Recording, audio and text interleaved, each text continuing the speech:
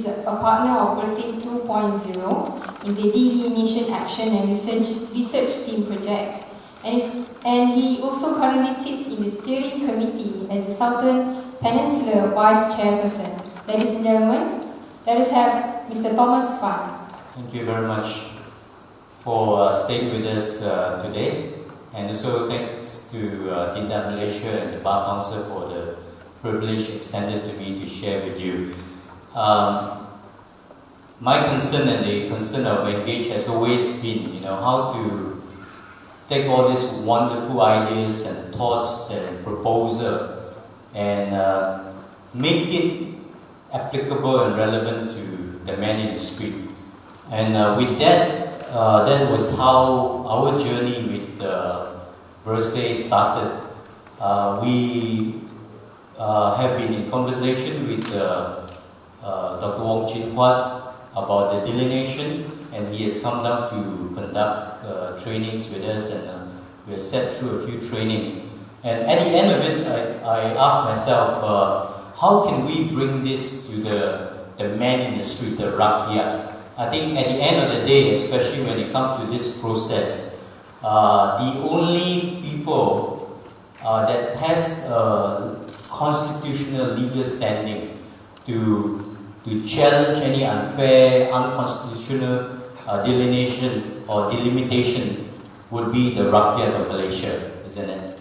So that was how we actually started our thing. So just to introduce to you, we then took much of, in fact, almost everything that Dr. Wong taught us and presented us, and we gave it a nice coating, packaging, and branding, and came out with this program called DAT, which stands for Delineation Action and Research Team.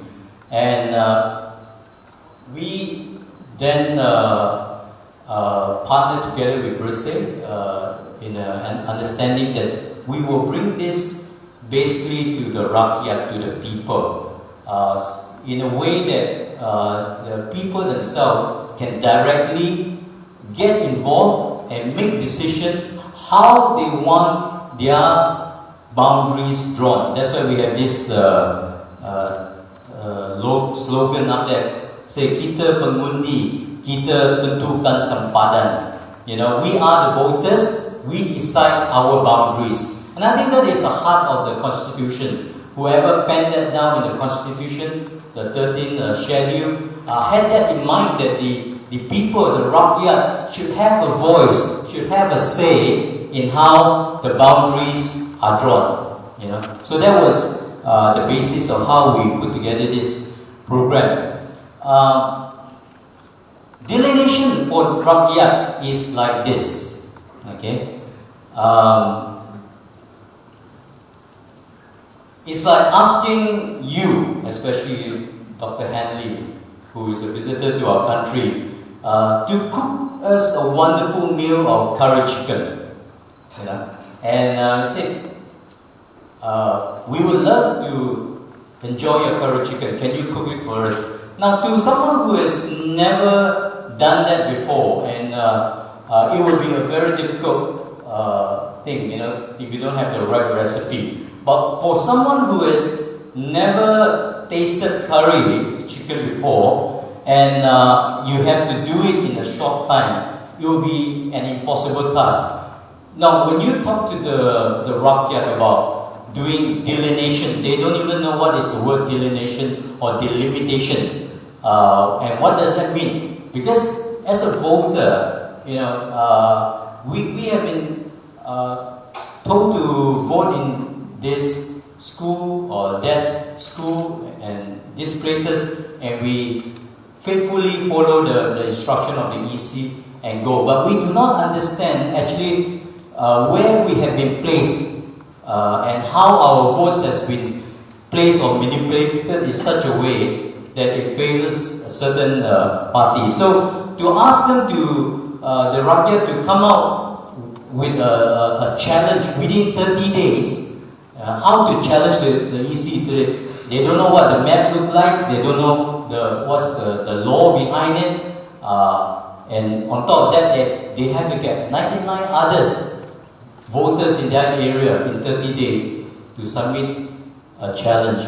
I would say that is almost an impossible task. So with that in mind, we thought, how can we help the people? How can we help the citizen to actually, in such a short span of time as provided by the law, to put together a credible challenge, to put together a solid legal challenge that would force the EC to hold an inquiry. So our solution is this: instant curry chicken mix. You know, I mean, nowadays everybody can be a wonderful cook. I sometimes, if I do have time, I invite friends over for dinner, and they will be so amazed that, wow, my curry chicken is so wonderful. How did you do it? I just smile.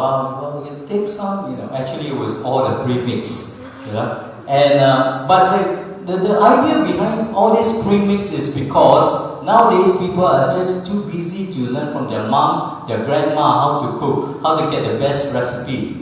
So then the solution came out. We will find the best recipe from our grandmother, and then we'll get the food scientists to put it all together and get the best ingredient, and then we put it in a nice packaging with clear instructions, and then anybody can be a great cook. So that is basically how we are working towards delineation, how we view it. The best recipe we feel would be based on the federal constitution itself, because we have every intention, to demand the EC actually consider our objections and our proposal, and if they are not considered, we are quite prepared, as Bruce said, and engaged to basically encourage and empower the people, the citizens, to take this beyond even to the courts. So we base a lot of our criteria for objection on the federal constitution, the 30 schedule on malapportionment, on gerrymandering, local ties. So we then came out with a checklist of grounds for objection. Now the checklist we design it in such a way that it is easy. As a layman, if you ask somebody to read the federal constitution, it will be pretty tough. But we prepare the checklist in a layman way, whereby they are asked questions.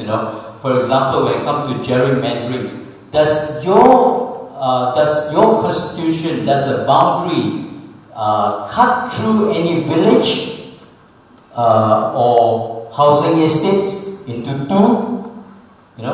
Or does the delineation follow any major natural boundary like a major river or any man-made infrastructure like a major highway? If the answer is yes, then there is a ground for objection based on Schedule 30 of the Constitution, and then we will then recommend to them what are the evidence they need to collect to back up their objection.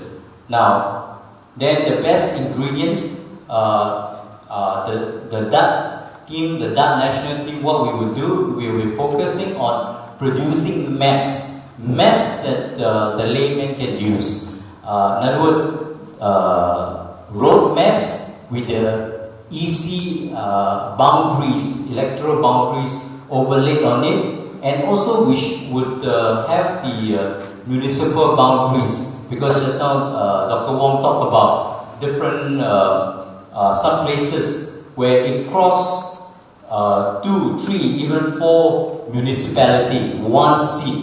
Okay, we feel that is a ground to object to that kind of delineation. So it will be overlaid with road names, housing estates, municipality boundaries, and also the SPR boundaries right down to the Daerah Mengundi or polling district. So we will supply the maps and the data for the citizens to use. And we will come up with clear instructions, step-by-step guide to prepare the surat bantahan. Because at the end of the day, is about submitting that objection, that legal document or legal sounding document to object to the delineation that the EC will propose. And what we are working towards is a template system whereby we after we have listed all the grounds for objection, the lawyers will then draft a template with all the objections. And if in your constituency you have that problem, you have that issue where, for example, your constituency is just too large compared to the state average, then you copy and paste the relevant paragraph into your own surat bantahan so that you can then present a credible objection. And what we are working on is free, and it's going to be made freely available as well. To us, it doesn't matter whether they come under the DAT program or the CAT program or the MUD program. We don't really care. As long as you use it as a local community, as a citizen, you can download it, use it, and then prepare your own community objection to it. So that is our solution. We want to make it in such a way that anybody, within a very short time, can present a strong, credible case to object to the delineation. And this is what we are standing on. The Rakyat's right, 13th Schedule Part 2 of Section 5B, that there is only 3 groups of people who can object to the delineation. One is the state government, one is the local authorities, and the third, and the one that I think Tindak and ourselves that we are going with is the 100 or more affected voters in that constituency. And I think this is what will give us the ticket, first of all, the right to even present an objection. So if the submission is strong, is good, the Commission shall cause a local inquiry to be held in respect of those constituency. Chin Wan already have gone through this in some detail just now, so I won't go through this very much. Okay. Now, how can you make a difference? It is all about you having your say. You having your say. As a citizen, we want to have a say in how our boundaries are drawn, because how our boundaries are drawn determine who we share our elected representative with, okay, and how many people we share him or her with. And I think we have every right to have a say in that. So, Delineation Action Team. Now, I'm going to give to you graphically what if you are from KL and staying in different constituencies, you may want to start thinking about this. What can you do? First of all, you can have a DAT team. Say over here, I put P158 Tabrau, but it can be P60 or 55 or whatever. And you need 100 or more voters. Our recommendation to anyone wanting to start this is to go for 150. Just in case the EC find issue with some of the voters and say, oh, this person is not supposed to be here, this person has withdrawn, there is question mark over this, and different things. So we say, if you can go for 150 voter per group. And what about those who can't vote? They can still be involved in the activities of recruiting others and even surveying the land and the territory. So what do you do? First of all is to form a core team. When I say core team, I'm looking at between 5 to 10 people. And that would be a core team committed people in that one constituency. Now, if the core team consists of this mix of people, community leaders, lawyers, analysts, people who love to analyze that data and are good with numbers, and activists or just volunteers, people who don't mind the sun and going door to door, knocking on doors. This will be a good mix. But if you don't have, it's alright. As long as you care enough, you can actually do something. We're talking about a core team. Out of the 100, just a core team of 5 to 10. Then get to know your own current boundaries. Okay? This is like if you are preparing for examination. If you're going to take a major examination end of the year. What you want to do is actually get ready for the examination by doing past year questions, right? Past year question, checking through, getting familiar, the timing, everything. So while we are waiting for EC to come out with a new delineation, we do the past year by studying our current boundaries. Get to know the terrain, the feel of it, the problematic area. So that when finally EC come out with a new map and your 30 days start counting, you know your terrain so well that you can compare them to the EC's new map and get. So we will then supply you the maps for this exercise. Go through the checklist of grounds for objection as the practice again. In other words, you ask the questions in the checklist. The size of this constituency fall within the band, the recommended band. I think Dr. Wong just now mentioned, we take 33% plus minus, but we can accept more on the lower end of it. In other words, outlines, rural area, we can accept that it will be smaller. Go through the checklist of grounds of objection. Then, after that, you decide how your boundary should look like. After you're familiar, we give you the guideline, we give you the map, you draw your own preferred boundary, okay, that follows the Constitution. Okay, so that is very important. The next thing that you can do, and this is purely optional, if you want to clean up some of the problems in the electoral list, like what is shown by Dr. Wong in the teleportation of voters in Segamat,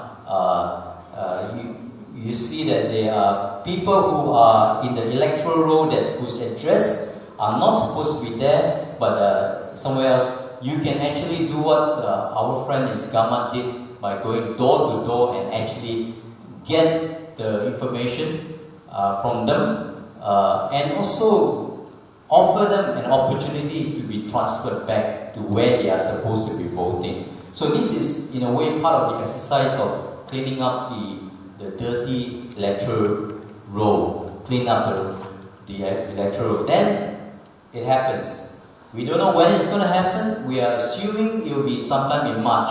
We have to work with that assumption. That EC is going to start the process. They're going to present the new delineation. And then what do? We want to be ready. So then we can compare EC's map with our own our preferred delineation map. We compare. And then we start listing down what are the problems with EC's map where there is ground for objection. Okay, we go through the checklist for grounds of objection, and then after that we prepare the surat bantahan or copy and paste, and then we touch the EC. So that is basically the process that we see that the man in the street, the layperson can do. And we started this pilot project down in the south in JB with Debra, and we saw, for ourselves how the citizens, once they understood what to look for, what they need to do. I tell you, I was just there and just observing them. I wasn't holding their hand telling them what to do. I mean, they were just so excited, and they because they are local people, they can see the problems. They know the terrain, they know the gerrymandering. You know, for us, away from them, we do not know what this place looks like, whether this is part of the local community or not. But when you give the maps with the boundaries and the local road names to them, they can spot the problem immediately. Okay, and that to me of citizenship, citizen engagement in this process. That is the real power. You can't argue with a local person who knows his backyard so well. This is what Johor Bahru looks like, how well gerrymandered it is. The whole city is cut up in such a way and gerrymandered so that it is in a very partisan way. So P158 is that red monster there. Okay. Now, if you're a local Johor Bahru person like us, you will one look at it, you know this is ridiculous. How can one end of it near Senai and the other end is down in the south? I mean, it takes more than an hour to travel across from one end to the other. Where else the adjoining seat, Johor Bahru, takes 15 minutes from north to south. You know, and it just doesn't make sense to a local person. Now, give you some example of what a local person can spot. You know, if you are given a map that makes sense. This is the red are the parliamentary boundary, and the blue are the state zone boundary. Now, Belante that you see over there, 159, you know, there is a river that cuts across it from north to south, and also the north side highway also is just along the river, north to south. And yet, in the last delineation exercise, previously it belonged to the Johor Bahru parliamentary constituency, but in the 2003 delineation exercise, it was cut up. That whole community, which is Kampung Melayu, was cut up, and Belante belonged to another unassociated community that crossed a natural and a man-made boundary, all for the purpose of swinging the votes and the possibility of winning for one particular party. And a local person look at it and say, that community, Belante, should belong where it is to the other community, Kampung Melayu, and not to this side. And that would be a ground for objection. But then, again, only the local person can recognize that.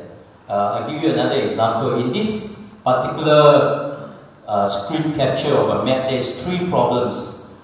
One,